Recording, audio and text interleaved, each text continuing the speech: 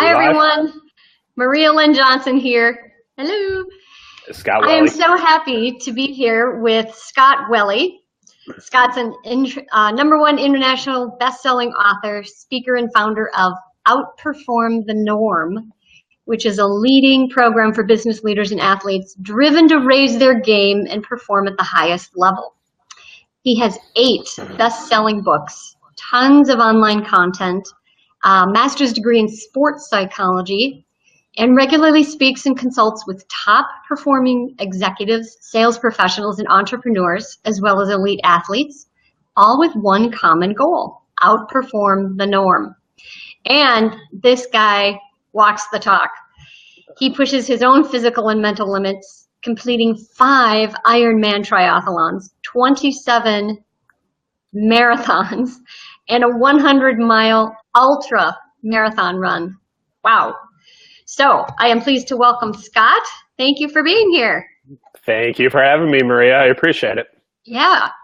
So you're a peak performance coach, and I thought it would be wonderful to have you here, and I'm so happy you agreed to share with our group some thoughts around what is peak performance and how we can apply it to when we're preparing for speaking, presenting in whatever capacity, and then when we're actually in that mode and we're speaking, what we can do to stay in that peak place. So I'll turn it over to you.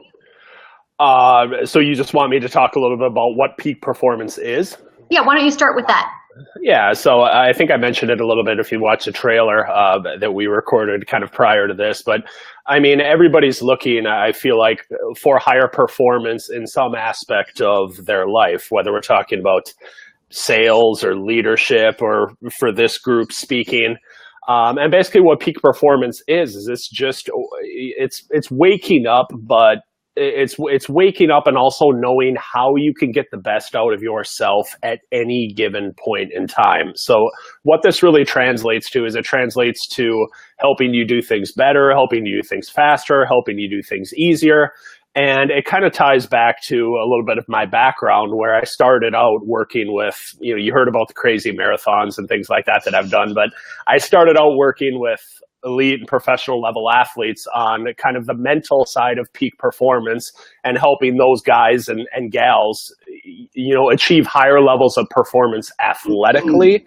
And you can take, interestingly enough, a lot of those same principles and apply those to kind of our life to, be able to be better in everything that we do. So that's peak performance. How would you say, how have you done that? Because you started out with athletes and working on that in a sports perspective. How did you move that into and begin speaking and then apply that to that realm? Well, I guess it's a very natural hand in glove fit because you come to realize that the people that achieve the highest levels of, whether we're talking about speakers or whether we're talking about, your VP of sales or your people in the C-suite or just senior managers or whatever it happens to be, you realize that those guys are probably wired with a certain amount of competitive drive and desire to achieve. And it's really not all that much different where, the other people that I used to work with a little bit more on the court and the course and the field and the ice and the kind of the corporate athlete has a little different field of play, let's call it, but really those same exact principles still apply. And you look at the basic concepts of sports psychology, the things we talk about, confidence, which I'm sure we'll talk about throughout the course of this interview,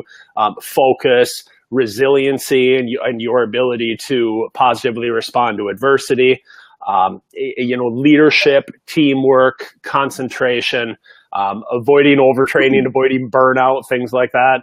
All of these things really fit very nicely into what we do. And then also establishing the disciplines and the patterns and the routines where, whether I'm going to go out and I'm going to train for a marathon or whether we're really going to be diligent about increasing our speaking business, you have to know how to kind of implement those patterns and routines where you can stay on the plan every single day because it truly is a quote unquote marathon and not, a one-day thing that's going to ultimately build a lasting business and a legacy. So you mentioned confidence. That's a big one. And everybody can probably relate to that because it's hard for some people to get out and speak. And even when you do, sometimes you're feeling a little lack of confidence. So what are some of those principles and techniques that you can apply to that? And then how do you build that into that discipline and routine over time? Well, I mean, obviously with speaking, most of you guys probably know that it's the most feared thing among Americans. You know, we are actually terrified of public speaking and getting up there in front of an audience and just feeling like we're on stage, you know. And I get asked this question all the time, like, well, Scott, do you still get nervous before you speak? And I say, heck yes, I get nervous. And I think do you get nervous before you speak? Yeah. And every single speaker I've ever spoken to, says the same thing. They're like, oh yeah, absolutely, I still get nervous. But one of the simplest things, and so much of what I talk about is obviously mindset. It's the mental and the physical sides of peak performance. But just from a mindset perspective, your perception and your interpretation of things really has so much to do with everything, I feel like, in peak performance, but specific to confidence as well. So we talk about like perception and interpretation of things. Okay, it's going to be very different if you and I, let's say we both have the same level of physiological arousal or nerves, and you interpret your nerves as, you know what, this is a great level of energy. Like, you look at it as something that's going to facilitate your performance, and you say it's actually great that, you know, I'm this keyed up and like I'm feeling good and I'm kind of ready to go today. And you look at it as something that's going to help you, rather than I have the same level of nerves and I look at it as something like, like maybe I didn't prepare enough, or maybe I'm not ready, or what's going to happen out there. And I perceive it as something that's going to be debilitating to my performance rather than something that's going to enhance it. So it really starts just, I feel like, with kind of that perception of, you know, just whatever it is that we're doing. And that's just one example. That's nerves. I'm sure we have a lot of people watching this that are familiar with TED Talks, and some people that have done TED Talks as well. If we're talking about state confidence and improving your kind of moment to moment confidence at any point in time, watch the Amy Cuddy TED Talk, Cuddy. It's one of the most popular TED Talks of all time. But it has, and she talks about the importance, if you haven't seen it, of just having a power posture, and literally how it will change the hormones and the physiology of what's going on through your body just by adapting a certain posture while you're standing and while you're speaking. So it's certainly something that I use, and that is honestly the fastest thing, where if you focus on that, you're going to feel better at any moment, like right away. Yes. Right away. Yeah, that's great. You mentioned that. I love that TED Talk, Amy Cuddy. That's one of my favorites. And when I'm working with people, I bring that up and I talk about, you know, the power pose for 2 minutes. Yeah. And it raises your testosterone and lowers your cortisol within 2 minutes. And there's research that shows that. So anytime you're doing something, whether it's an interview or speaking online or presenting to a sales team, go somewhere where you can stand in this victory position with your arms elevated and chest out as though you're really confident and powerful. And it changes the physiology of your body. Yeah, it really does. And I think we have a tendency to just discount something like that and be like, oh, well, that really doesn't matter. Well, go out and try it. And I promise you, if you just try it, one of the worst things you can actually do is to be sitting there and to be kind of, you know, hunched kind of forward like this and kind of curled up, sitting down right before you're going to go and you're going to do an interview like this, or right before you're going to go speak, because it's just going to affect the overall presence and kind of confidence and command that I think you project to the audience when you're like that. So by all means, get up, walk around, you know, have that victory kind of power pose, power posture. It makes such a difference, such a difference. It does. And then you mentioned something that's really key is mindset. And, you know, we hear that everywhere in every program, videos, people talk about, oh, it's all your mindset. But let's delve into that a little bit. What does that really mean? So I'm getting ready to talk and I'm nervous. I'm having certain thoughts and putting meaning to the nervousness I'm having. So it's really changing just the interpretation of it. So so how do you suggest actually doing that? What does someone do? Well, I think first off, it's important to know that at the end of the day, actions are what define us in our business and while we speak, right? Like you have to go out there and you have to do certain things, I guess, and do them well if you really want to be good at what it is that you do. And for the people that just talk about mindset, what they probably haven't adequately explained is the reason that we talk about mindset is because thoughts affect feelings, which affect behaviors. Like that's the basic progression. And the reason that we start out and we talk about mindset is because how you are thinking at any point in time is going to affect how you feel, that physiological arousal that I was talking about, and just good, bad, indifferent, otherwise, like it is going to affect those feelings. And then those feelings are ultimately going to translate into actions and are going to translate into behaviors. And then those behaviors are going to show up in terms of, I guess your level of achievement or your level of success in the things that you do. So it's important to understand kind of that progression. And now a mindset thing, I sometimes say that you condition the mind the way you condition the body. Just look at it like that. I'm obviously a big believer in exercise and in taking care of your body and kind of this is our temple and, we need to take good care of it as well, take care of the body as well as take care of the mind. But the same way that you can't exercise once and be fit, you can't go and listen to like a TED Talk, a Amy Cuddy TED Talk, or listen to Tony Robbins one time and think that you're naturally going to just be a positive thinker, or you're naturally going to have more confidence, or you're going to be able to focus, or you're going to set better goals, or whatever it is. Like these are actually things that you have to have a period of time, I believe, every single day. And it doesn't have to be a lot, but just think of it as like brain training. The same way that you do like body training or exercise, just think of it like you're conditioning and you're training your mind to think a certain way. And if you do little chunks of that every single day, you're going to see that kind of manifest itself in just your overall kind of perspective and mindset towards life. So that's what I would say. Yeah, those are great takeaways. So let me just shift a little bit and go back to when you started. I'd love to hear about how you switched from working one-on-one with athletes into, I know you do some work with corporate executives and you do a lot of speaking. And I've seen you speak and I was very impressed because you've got this great connection with the audience and you're very natural, but you really own what you're talking about. Like I said earlier, you walk the talk, you do this stuff and it's what you're about. So what was it like for you when you started speaking about it and how did you move into that? Did you go through this transition of being nervous and saying, oh, I need to apply that sports psychology to the way I'm speaking? How did that transition happen? Yeah, I mean, I've really applied the sports psychology principles to everything I've done in my life. I mean, honestly, whether we're talking about, doing marathons, Ironmans, ultra marathons, things like that. But I also applied it to writing the 8 books that I've got out there and then applied that to speaking and then obviously applied that to the personal people that I coach and the executives that I work with and whatnot. I'll just be flat out honest with you. I didn't have a clue what I was doing when I first started speaking. Like I really didn't. None of us do, right? Yeah, I know. I mean, like if you're very new and you're watching this and you're just getting started, rid yourself of the anxiety and the feeling that you should know exactly what you should be doing at any point in time. And like, you should have this thing like all figured out, because trust me, I still don't have it figured out now. And I sure as heck didn't have it figured out when I first started. But I mean, I wrote some books. I got those out there in the market.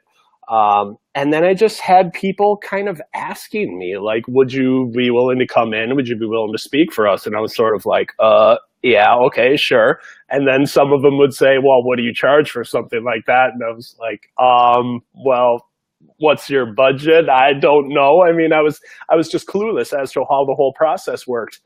And I never in my wildest dreams thought I would be a public speaker, a motivational speaker, whatever you want to call me. I just didn't see that in the cards. And then once I got up there and I just did it a couple of times, it was for small groups, some Rotary clubs and networking groups and different things like that. I just realized that I got a really great charge out of it. And it was something that I really enjoyed and something that I wanted to continue doing. And I try to, again, taking some of the principles that I used, for athletes, I try and apply those to my own life. And I just say, if you're going to do something, do it to the best of your ability and do it really, really well. So then I had to start to look at speaking as a skill and look at the different components of it and think about how can I get better at my craft, and how can I really look at this and, be the best speaker that I can be, rather than just thinking, okay, I'm just going to, get up there and speak whenever, rather than looking at it and saying, how can I actually make this better?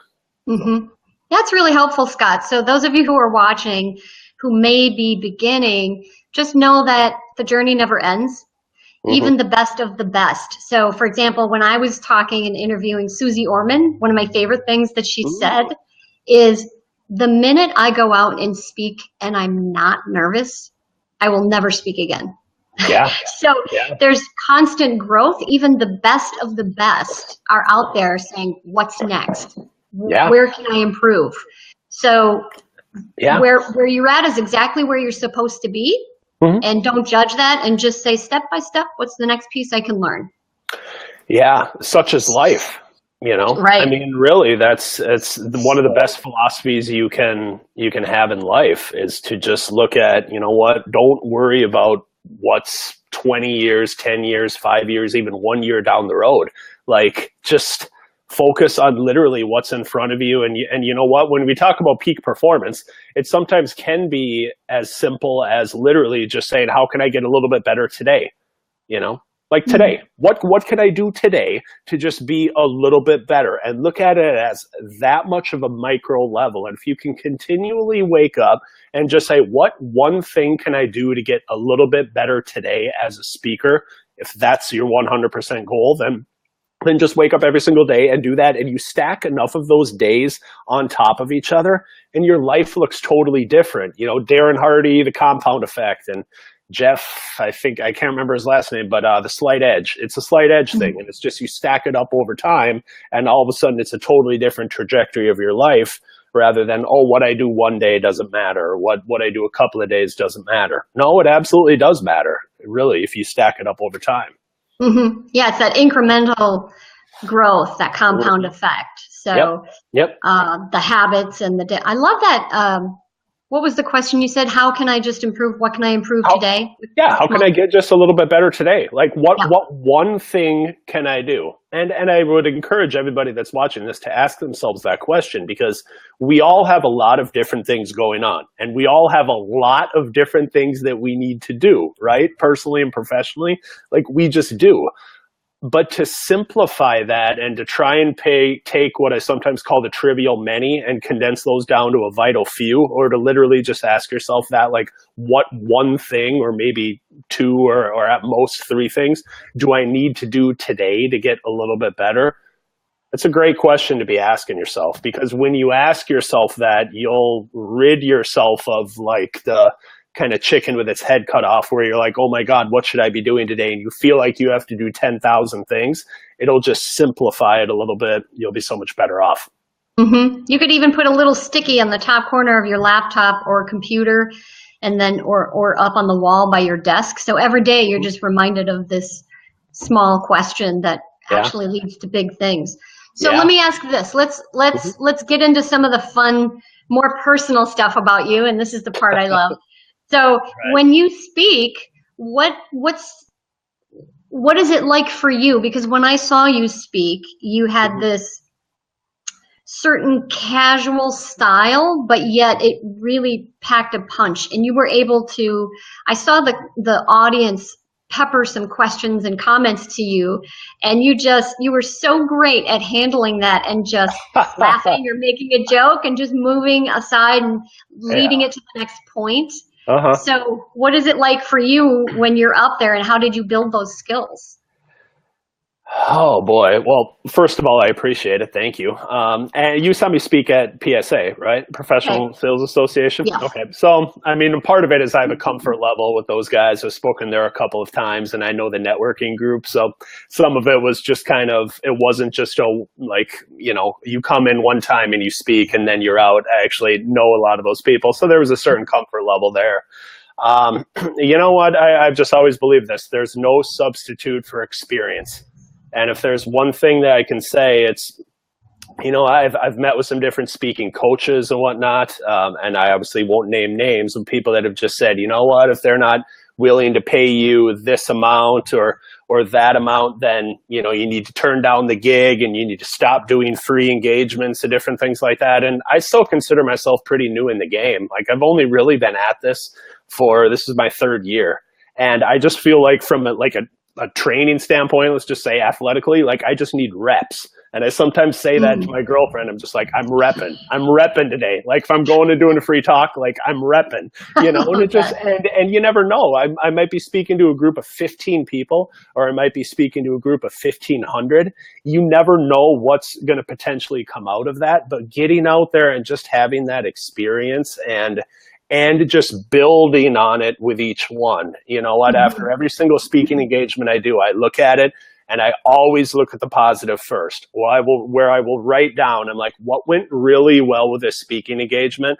And I anchor that in first. Like, because you always want to look at positive first, but then underneath that, what could have gone a little bit better? And there are always a couple of things where you're like, could have opened a little bit better, or could have had a little bit better transition from this point to that point, maybe closed a little bit better, whatever it might be.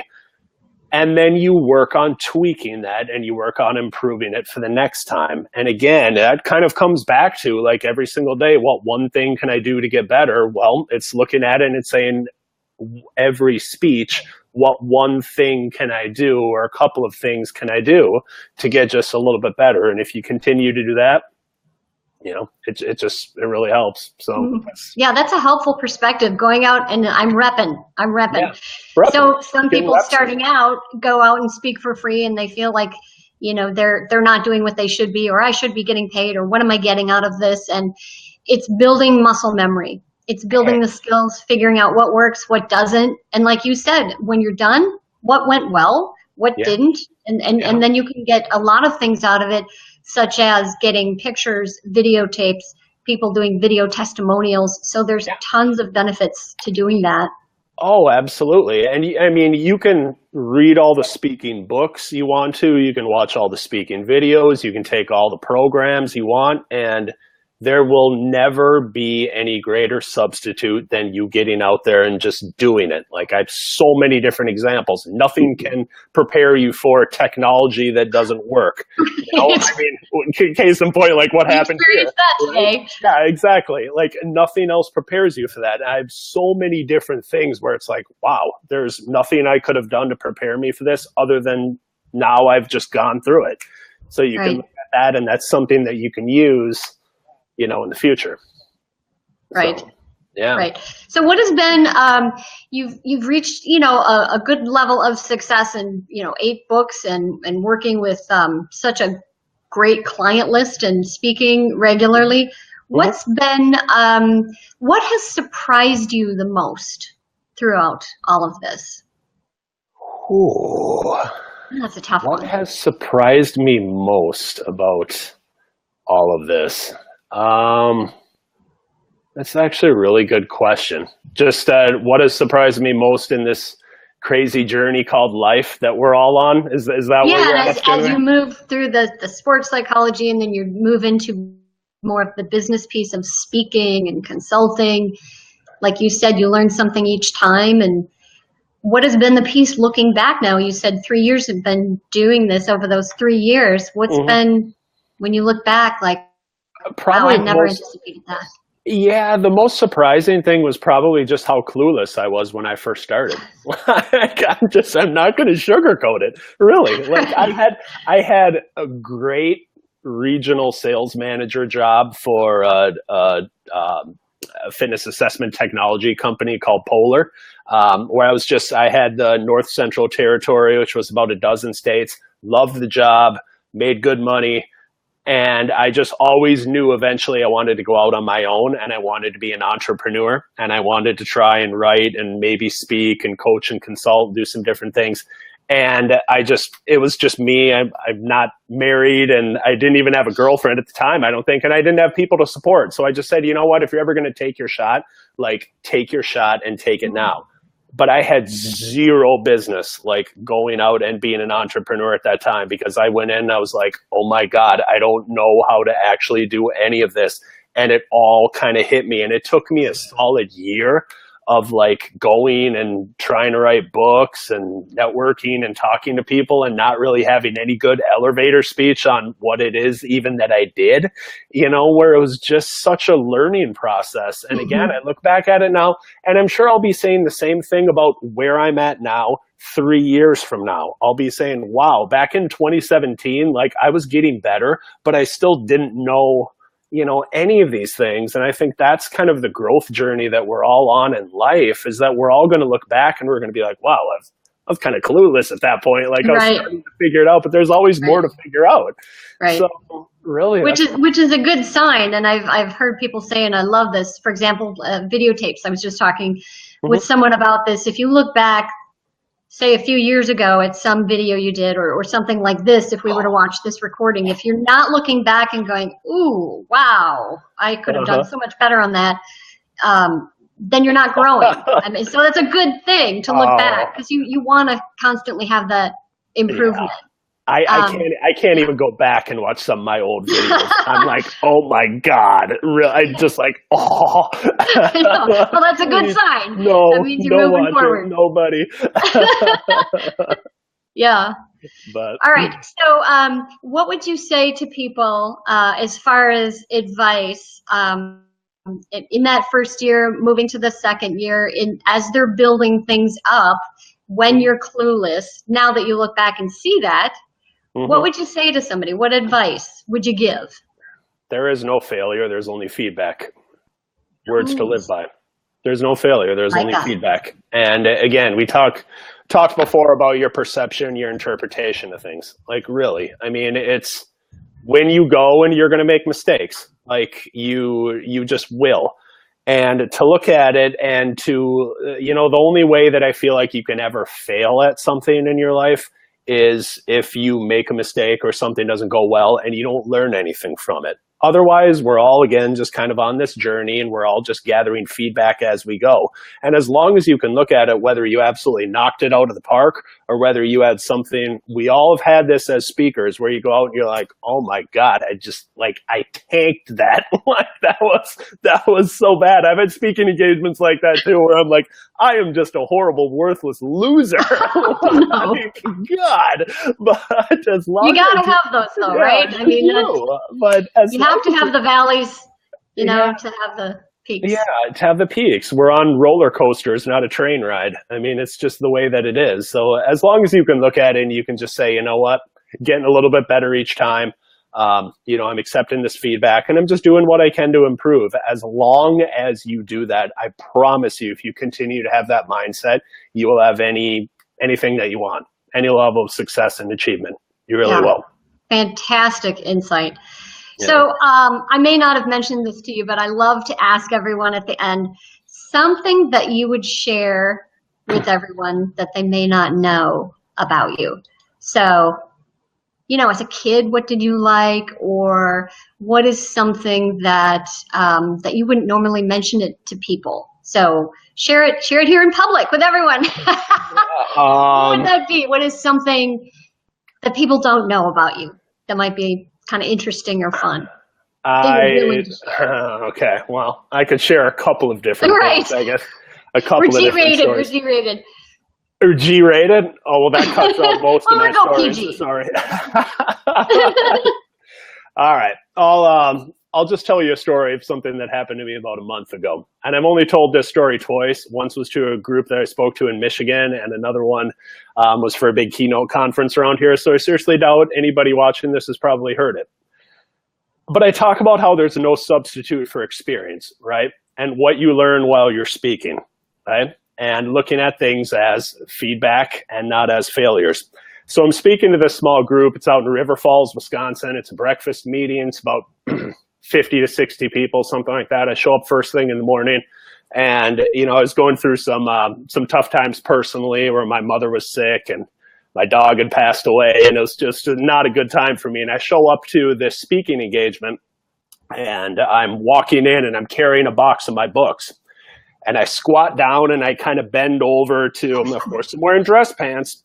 And everybody always knows how this story ends. So I'm like squatting down to set my books down behind this podium. You know, it's a pretty heavy box. Squat all the way down and set it down.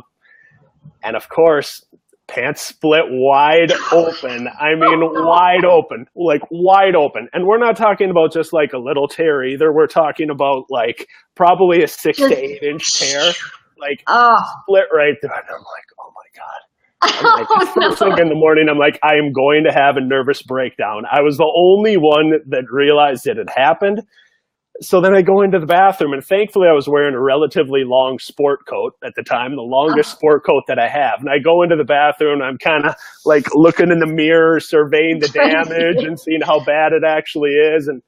And then I'm sure this is like too much information for everybody watching this, but I'm wearing dark gray dress pants and bright orange boxer briefs. I'm like, there's going to be absolutely nothing, nothing that is going to hide this.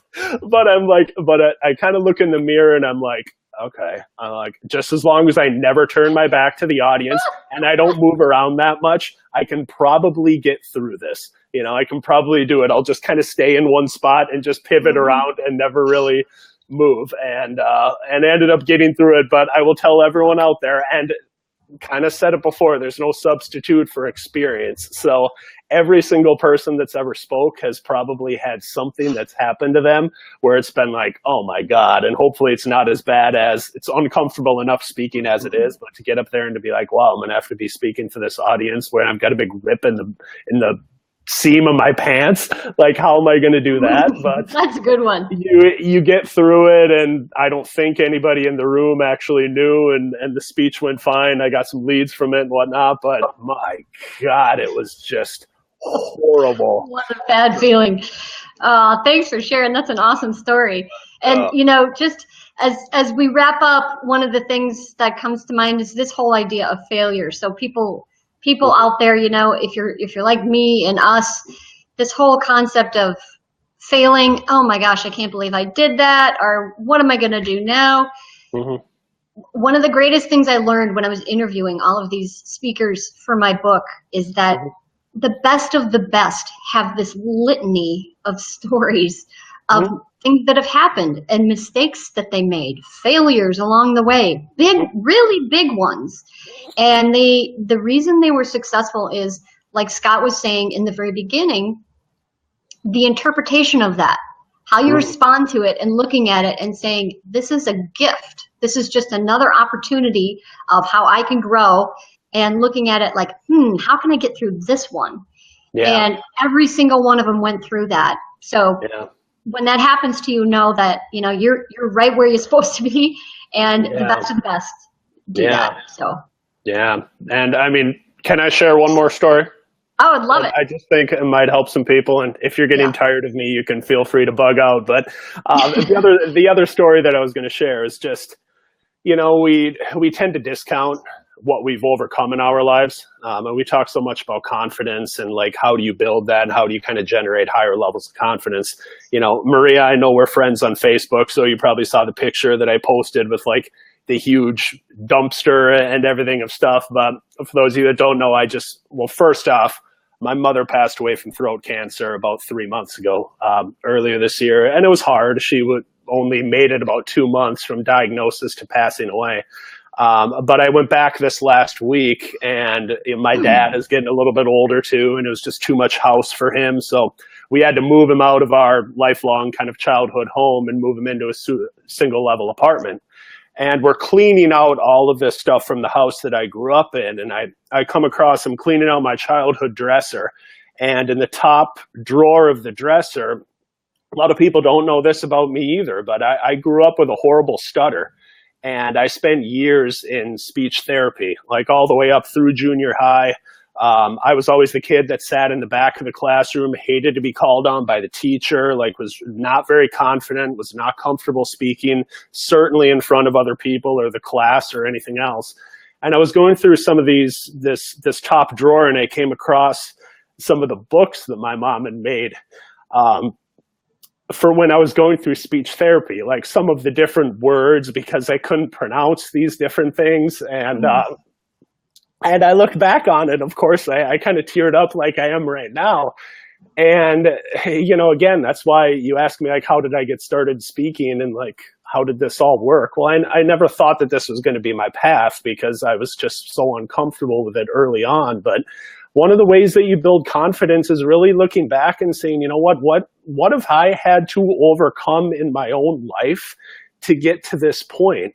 And it doesn't have to be a stutter or speech therapy or anything else, but we have a tendency to discount these things that we've overcome in kind of this journey, and we all have them, and you can use those as reference points and as things where it's like, you know, my God, I got through that. I can get through this point in my business, or I can get through this point in my speech. And if you remind yourself of those things at any point in time, you're going to have a higher level of confidence. So, you know, that's just my best advice that I can really give people, is to use those things and strategically use them to help you. Right. So, thank you for sharing that.